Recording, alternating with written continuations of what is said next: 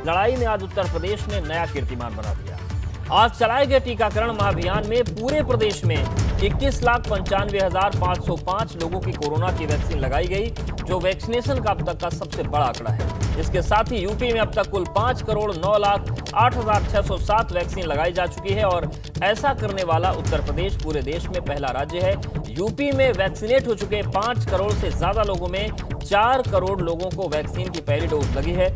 राजधानी लखनऊ से लेकर यूपी के तमाम जिलों में आज लोगों ने बढ़ चढ़कर वैक्सीनेशन अभियान में हिस्सा लिया। तो इससे पहले पूरे देश में एक दिन में सबसे ज्यादा वैक्सीन लगाने के मामले में मध्य प्रदेश नंबर 1 था, जहां एक दिन में 16 लाख से ज्यादा वैक्सीन की डोज लगाई गई थी। और शैलेश हमारे साथ जुड़ गए। शैलेश, एक नया रिकॉर्ड बना है, किस तरीके से यह आंकड़ा सामने आ रहा है? बिल्कुल निश्चित रूप से आप देखें, जो लक्ष्य रखा गया था वो एक दिन में 20 लाख वैक्सीनेशन का रखा गया था और लखनऊ में अगर बात करें तो 87,000 वैक्सीनेशन का लक्ष्य था। इसके सापेक्ष जो है अगर बात करें, लक्ष्य से 2 लाख ज्यादा वैक्सीन का अब तक आंकड़ा सामने आ चुका है। 22 लाख के ऊपर वैक्सीनेशन का आ चुका है और जाहिर की बात है कि आंकड़ा और अपडेट होगा तो ये और पार जाएगा, यानी 22 लाख से ऊपर वैक्सीनेशन एक दिन में, जो अपने आप में एक रिकॉर्ड है कि आज तक देश के किसी राज्य में एक दिन में इतना वैक्सीनेशन नहीं हुआ। और एक रिकॉर्ड ये भी बना आज कि प्रदेश की अगर बात करें तो अब तक 5 करोड़ से ज्यादा वैक्सीनेशन हो चुका है, जिसमें से 4 करोड़ लोग ऐसे भी हैं जिनको सिंगल डोज मिल चुकी है उनकी। तो बड़ा एक अचीवमेंट है, लेकिन निश्चित रूप से अभी और तेजी से इसे बढ़ाना होगा। और जो पूरा लक्ष्य अगर पूरे महीने की बात की जाए तो एक इसलिए उपलब्धि कही जा सकती है कि 2 करोड़ वैक्सीन इस बार अगस्त के लिए केंद्र की तरफ से उत्तर प्रदेश को दी गई है। अगर हम बात करें 2 करोड़ के मुकाबले, देखिए 22 लाख वैक्सीनेशन आज एक ही दिन में हो गया है। और अब आगे जो है इस तरह की कोशिश है सरकार की कि वैक्सीनेशन का जो कोटा किसी तरह से केंद्र से और बढ़े, तो उसके बाद जो वैक्सीनेशन का अभियान है पूरा, उसको और ज्यादा यहाँ पर गति दी जा सके। शुक्रिया शैलेश, आपका जानकारी और अपडेट्स को देने के लिए।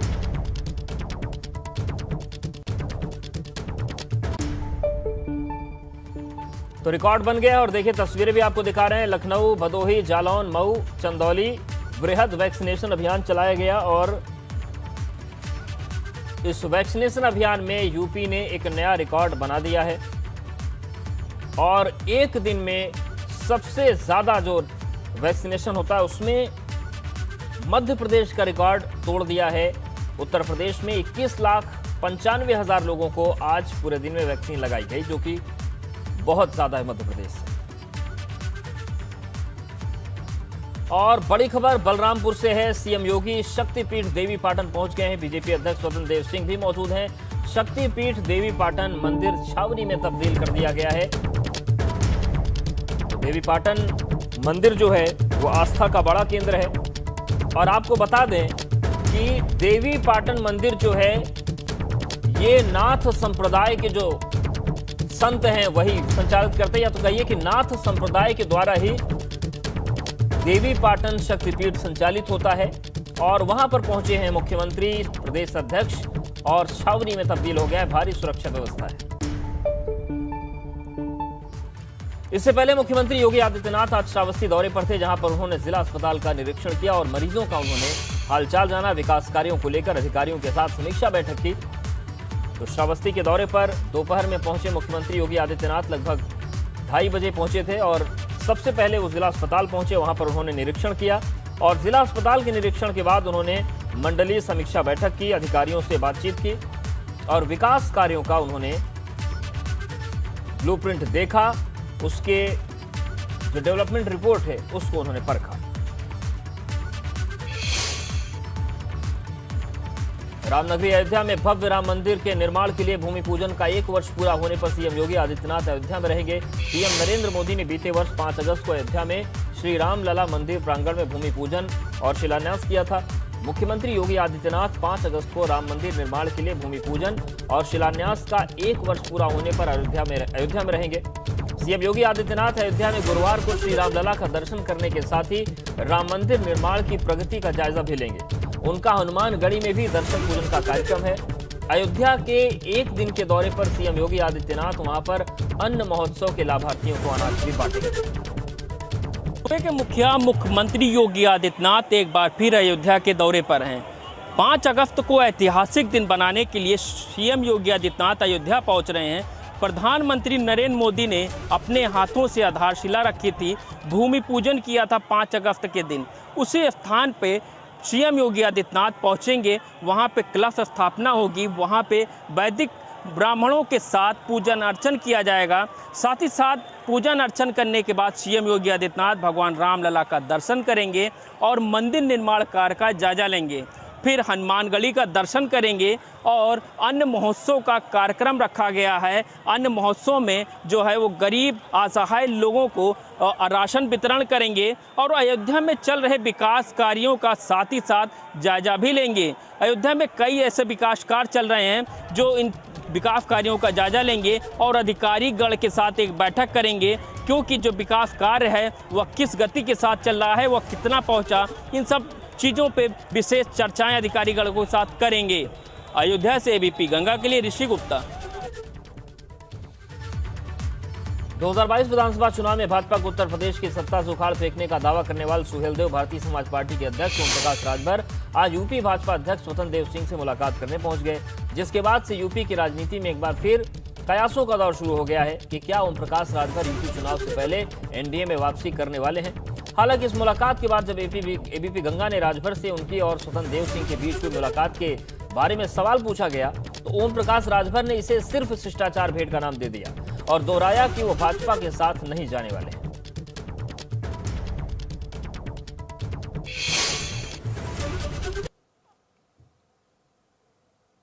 राजभर जी, आज सुबह सुबह आप पहुंच गए स्वतंत्र देव सिंह के पास, बीजेपी प्रदेश अध्यक्ष हैं, क्या कुछ बात हुई? साथ फिर आएंगे क्या 22 में? नहीं, हमारी उनकी शिष्टाचार मुलाकात थी, अपना खुद काम था। और पहले तो वो पिछड़े जाति से आते हैं, पिछड़े समाज के हैं, उसके बाद वो भारतीय जनता पार्टी के प्रदेश अध्यक्ष हैं, तो एक शिष्टाचार मुलाकात थी, उसका पॉलिटिकल कोई मतलब नहीं। 1 घंटे तक मुलाकात हुई है तो उसमें केवल शिष्टाचार मुलाकात तो होते नहीं, वो तो 5 या 10 मिनट में शिष्टाचार मुलाकात हो जाती। भाई अब हम उनकी पीड़ा सुन रहे थे, वो हमारी पीड़ा सुन रहे थे। संकल्प मोर्चा आपने बनाया, 2 साल से आप बीजेपी के खिलाफ कैंपेन कर रहे हैं, तमाम सारे लोगों को जोड़ रहे हैं। ओवैसी को आप उत्तर प्रदेश में आपने आमंत्रित किया, वो आए। अब अगर आप बीजेपी के साथ जाएंगे तो वहां पर दरार नहीं पड़ेगी? लेकिन तो कहाँ हम बीजेपी के साथ जा रहे हैं? देखिए, बीजेपी से हमारा समझौता नहीं होगा, ये फाइनल बता रहा हूँ। हमारा समझौता होगा तो कांग्रेस से हो सकता है, बसपा से हो सकता है और सपा से हो सकता है, और बीजेपी से हम समझौता नहीं करेंगे। और इतना हम आज फिर गारंटी के साथ कह रहा हूँ कि भागीदारी संकल्प मोर्चा उत्तर प्रदेश में सरकार बनाएगा। वहीं यूपी के उच्च शिक्षा मंत्री डॉक्टर दिनेश शर्मा ने ओम प्रकाश राजभर और स्वतंत्र देव सिंह की मुलाकात को निजी बताते हुए कहा कि राजनीति में भी निजी रिश्ते होते हैं और ओपी राजभर तो हमारे पुरानी सहयोगी रह चुके हैं। राजनीति में एक दूसरे से भेंट हो जाना, ये कोई राजनीतिक गठजोड़ों के ओर संकेत कर रहा हो या इस प्रकार का राजनीतिक कोई मंतव्य रहा हो, ये आवश्यक नहीं हुआ करता। मुझे जानकारी नहीं किसकी किससे भेंट हुई, लेकिन इतना जरूर आप मान के चलिए कि हम लोग राजनीति में ये हमेशा सबसे, माननीय अटल जी भी यही किया करते थे कि कटुता का भाव नहीं होना चाहिए। और आरएलडी के राष्ट्रीय अध्यक्ष जयंत चौधरी ने कहा है कि 2022 में होने वाले उत्तर प्रदेश के चुनाव पर किसान आंदोलन का बड़ा असर पड़ेगा। आज दिल्ली के जंतर मंतर पर किसान संसद में पहुंचे जयंत चौधरी ने कहा कि ये कार्यक्रम मेरे लिए बहुत अहम है। जयंत चौधरी ने यह भी कहा कि समाजवादी पार्टी के साथ एकजुट होने की पूरी संभावनाएं हैं और पिछला चुनाव भी हम साथ ही लड़े थे।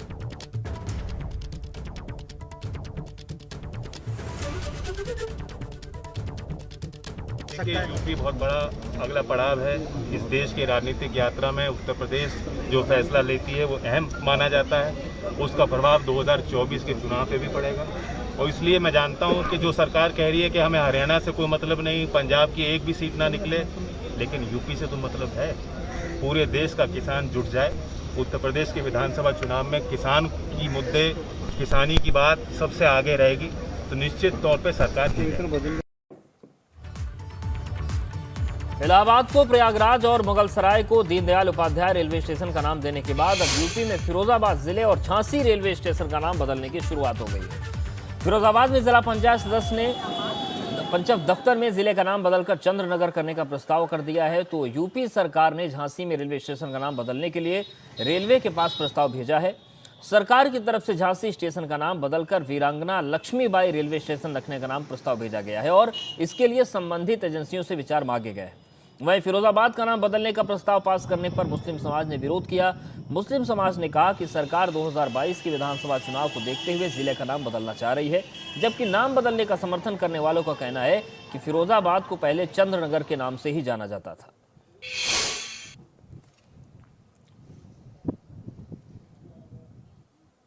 तो पिछले कई वर्ष से ये मानना है कि इसको चंद्रनगर किया जाए। चुनाव से पहले भी हमारी मांग थी। अब मैं अपनी बात कह रहा हूँ कि मैं सदन में पहले बार किसी सदन का सदस्य बना, मुझे अवसर प्राप्त हुआ, मैंने विषय रखा। सरकार का काम है, सरकार को करना चाहिए, हम ये मांग रखेंगे, सरकार के सामने भी जाके अपना विषय उठाएंगे। मुख्यमंत्री योगी आदित्यनाथ ने आज नए नियुक्त 50 डिप्टी कलेक्टर्स को मिशन रोजगार के तहत नियुक्ति पत्र बांटे। इस दौरान उन्होंने नए चुने गए डिप्टी कलेक्टर से आम जनता की सेवा करने की बात कही। साथ ही उन्होंने पिछली सरकारों पर जमकर निशाना साधा और कहा कि पहले की सरकारों में भाई भतीजावाद और जातिवाद के आधार पर नियुक्ति होती थी, यहां तक कि मामला कोर्ट तक पहुंच गया, जो कहीं न कहीं युवाओं के साथ कुठारघात करता था। लेकिन हमारी सरकार में भर्तियां पारदर्शी तरीके से होती हैं।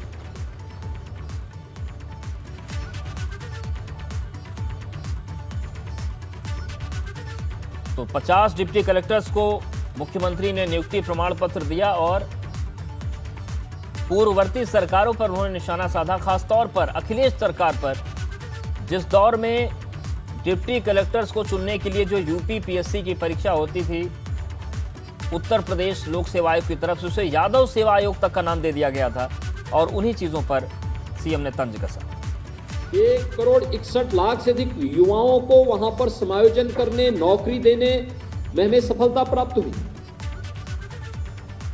स्वतः रोजगार के माध्यम से भी स्वयं का स्टार्टअप स्थापित करने के लिए प्रदेश के तमाम नौजवानों ने इस प्रक्रिया के साथ जुड़ करके कार्य प्रारंभ किया। 60 लाख से अधिक लोग इसके साथ जुड़े। वन डिस्ट्रिक्ट वन प्रोडक्ट और विश्वकर्मा श्रम सम्मान के माध्यम से भी अनेक लोगों को रोजगार की संभावनाएं आगे बढ़ी।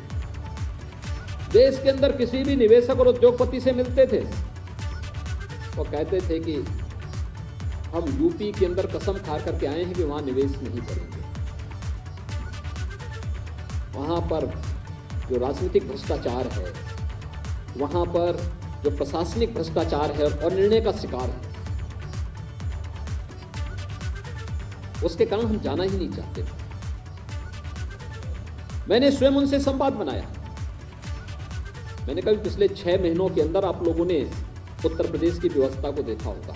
अपराध और अपराधियों के प्रति जीरो टॉलरेंस की हमारी नीति, देखते ही देखते जब प्रधानमंत्री जी के करकमलों से हम लोगों ने प्रदेश के पहले इन्वेस्टर समिट का उद्घाटन किया, 4,68,000 करोड़ रुपए से अधिक का हमारे पास निवेश के प्रस्ताव तब तक प्राप्त हो चुके थे। और अब आगे बढ़ते हैं। उत्तर प्रदेश में शादी के लिए धोखा देकर, डराकर, लालच या दबाव बनाकर धर्मांतरण करवाने के बढ़ते मामलों पर इलाहाबाद हाईकोर्ट ने चिंता जताते हुए कहा कि इस तरह धर्मांतरण करवाने से पूजा पद्धति भले ही बदल जाती हो, लेकिन धर्म के प्रति लोगों की कोई आस्था नहीं होती। हाईकोर्ट ने अपनी टिप्पणी में यह भी कहा कि धर्मांतरण के ऐसे तरीकों से व्यक्ति और समाज ही नहीं बल्कि देश पर भी बुरा असर पड़ता है। एटा की एक हिंदू लड़की को बहला फुसलाकर धर्मांतरण करवाने के एक मामले में आरोपी जावेद की जमानत अर्जी खारिज करते हुए जस्टिस शेखर यादव ने अपने फैसले में जोधा अकबर की मिसाल देते हुए कहा कि बिना धर्मांतरण करवाए भी शादी की जा सकती है और रिश्ते निभाए जा सकते हैं, जिसके लिए मुगल बादशाह अकबर और उनकी हिंदू पत्नी जोधाबाई की शादी को बेहतर कोई उदाहरण नहीं हो सकता। कोर्ट के फैसले का मैं सम्मान करती हूँ और कोर्ट ने अपने जजमेंट में ये साफ तौर पे लिखा है कि शादी करने के लिए धर्म परिवर्तन करना ज़रूरी नहीं है। इससे समाज में भेदभाव उत्पन्न होता है और लोगों की आस्था को चोट पहुंचती है। धर्म एक आस्था का विषय है और लोगों को सभी धर्मों का सम्मान करना चाहिए। मत आजकल ये फैशन चल गया है कि जैसे धर्म परिवर्तन कर रहे हैं लोग शादी करने के लिए। ऐसे भी एटा ज़िले के मामला है कि जो आया है कोर्ट ने जिसमें जजमेंट दिया है, ये ऐसा ही एक मामला है जिसमें ज़मानत अर्जी को कोर्ट ने निरस्त कर दिया है। प्रदेश के एटा जनपद का एक मामला जिसमें कि जावेद और जवीद अंसारी जिसने एक हिंदू लड़की से उसका धर्म परिवर्तन करा के उससे निकाह कर लिया था, जिसके में उसके खिलाफ आईपीसी धारा 366 में FIR दर्ज हुई थी, जिसके बाद उसकी जमानत प्रार्थना पत्र जो कि माननीय उच्च न्यायालय में आई, जिसमें उसने जमानत की याचना की थी, जिसकी सुनवाई करते हुए माननीय न्यायमूर्ति शेखर यादव जी ने सुनवाई की और कोर्ट ने एक बहुत अपनी ऑब्जर्वेशन भी दिया और कोर्ट ने एक बहुत एक तरह से कहा जाए जो मील के पत्थर बनने वाली नज़ीर दी है, जिसमें कोर्ट ने हर पहलू पर गौर किया है। जिसमें कोर्ट ने कहा कि उसकी जमानत याचिका को कोर्ट ने खारिज कर दिया।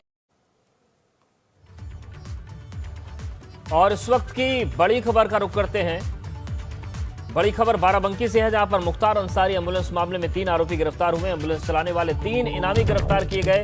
पुलिस ने तीनों पर 25-25 हजार रुपए का इनाम रखा था। फर्जी दस्तावेजों के आधार पर एम्बुलेंस का रजिस्ट्रेशन करवाया गया था और तीनों आरोपी नया बस स्टॉप के पास से गिरफ्तार किए गए हैं। तो बाराबंकी से बड़ी खबर है, जहां पर मुख्तार अंसारी के एम्बुलेंस के मामले में 3 आरोपियों की गिरफ्तारी की गई है।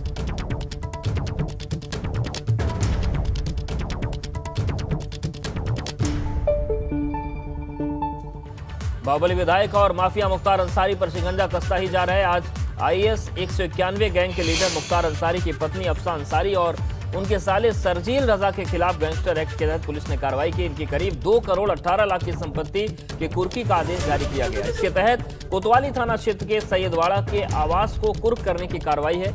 इस दौरान मुनादी की गई। इस दौरान भारी संख्या में पुलिस बल मौजूद रहा। इसके अलावा लखनऊ के गोमती नगर में भी करीब 1 करोड़ के एक आवासीय फ्लैट की कुर्की की कार्रवाई के लिए गाजीपुर की पुलिस लखनऊ के लिए रवाना हो गई।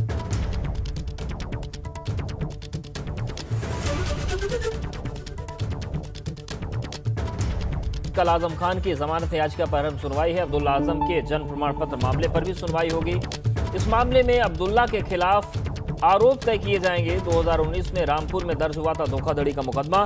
कल आजम खान और उनके बेटे अब्दुल्ला के लिए बेहद अहम दिन है।